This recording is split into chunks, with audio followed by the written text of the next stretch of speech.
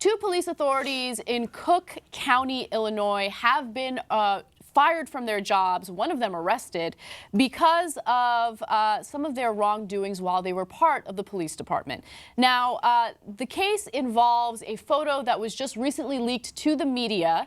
And it was leaked because a judge allowed it to be leaked. And it features the two police officers in question posing with a black individual who has antlers on and who is apparently laying down on his stomach. Now, the two cops are holding rifles, and of course, this is already a very disturbing story. Now, let me give you some context into this picture. One of the officers, Timothy McDermott, was fired last year over the picture, which was taken sometime between 1999 and 2003. The other cop, Jerome Finnigan, was sentenced to 12 years in prison in 2011 for his role in a cop-led gang responsible for a series of robberies. So this gang would burglarize homes, they would rob people, they basically abused their power in a way that's even more brazen than the police brutality stories that we've been covering recently.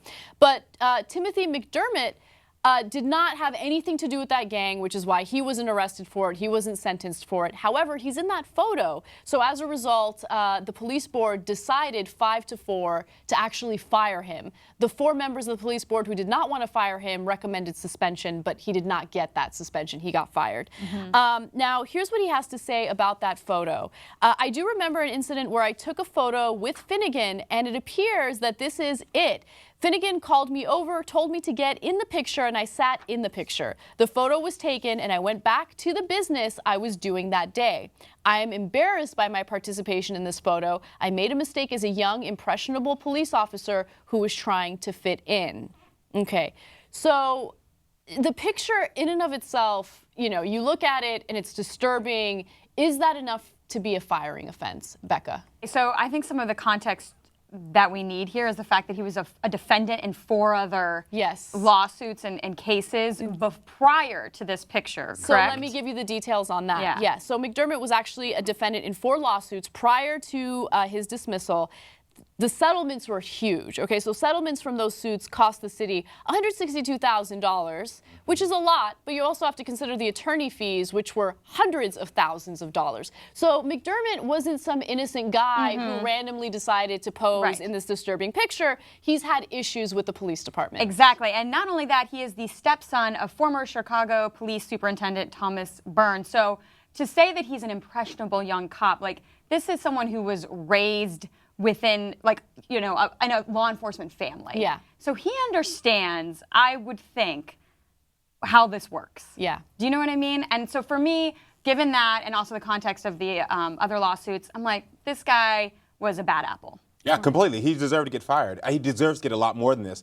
This photo, when I saw it, broke my heart a little bit because it touched the part of my soul that is broken from my history with this country. I mean, I felt like I was looking at some photo from 1932 or 1950 where white police officers or white men felt comfortable in lynching African-American men and then taking photos with them. I mean, how many photos have we seen where African-Americans were hanging from trees and there's a group of white men around standing proudly?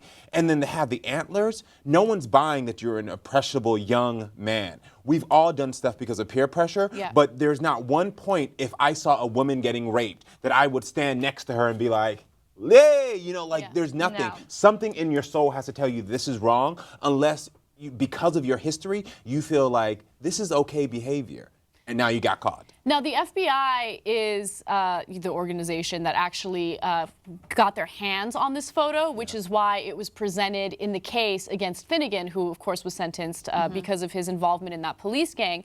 But what I found fascinating was they wanted to release this photo to the public, and the defendants in this case were basically saying, no, no, no, don't do that because we don't want to further victimize the man in the picture. They're not concerned about the man in the picture. The only person or people that they're concerned about are those who served as police officials in this particular police department. And the reason why this is so disastrous, it goes beyond just this picture. It's the fact that the police officials in Chicago right now are dealing with many cases of police brutality, many issues among the black community. And so to have something like this come out shows you that your department is brazen about situations like this, and they treat minorities as second-class citizens. Another thing that I want to add to this is, you know, people are wondering, well, who's this guy in the picture? Right. Authorities haven't been able to identify him, but Finnigan and McDermott claim that he is a guy who got arrested because he had, quote, 20 bags of weed on him. But then they later decided to let him go because he didn't have a prior criminal record. Not buying it. At all. No police report, nothing. There's no record of this guy. Yeah. So I don't know who he is. I don't know the full context of why this photo happened, but it looks really bad. And that abuse of power, that's it right there. They've said, let's just do this to you. Let's release you on, you know, for no reason, and let's take this photo. I mean, this photo, I'm sorry, I'm getting a little caught up because it's heartbreaking just to see this. I mean, it just goes into what's happening in our country. And to talk about that re-victimizing, I'm telling you, this young man, if anything, in my feelings, in my head, is feeling happy that finally justice is being served. Because I can tell you, if this was me in that photo and I went 10, 12 years and had to pretend as if that didn't happen, and then all of a sudden I had to fear police officers because thinking that this could happen again because there was not going to be any recourse, I would be damn happy that now these men have lost their job, one is in jail, and that somebody has said, you know what, this is wrong. And hopefully it sends a wake-up call to the rest of them.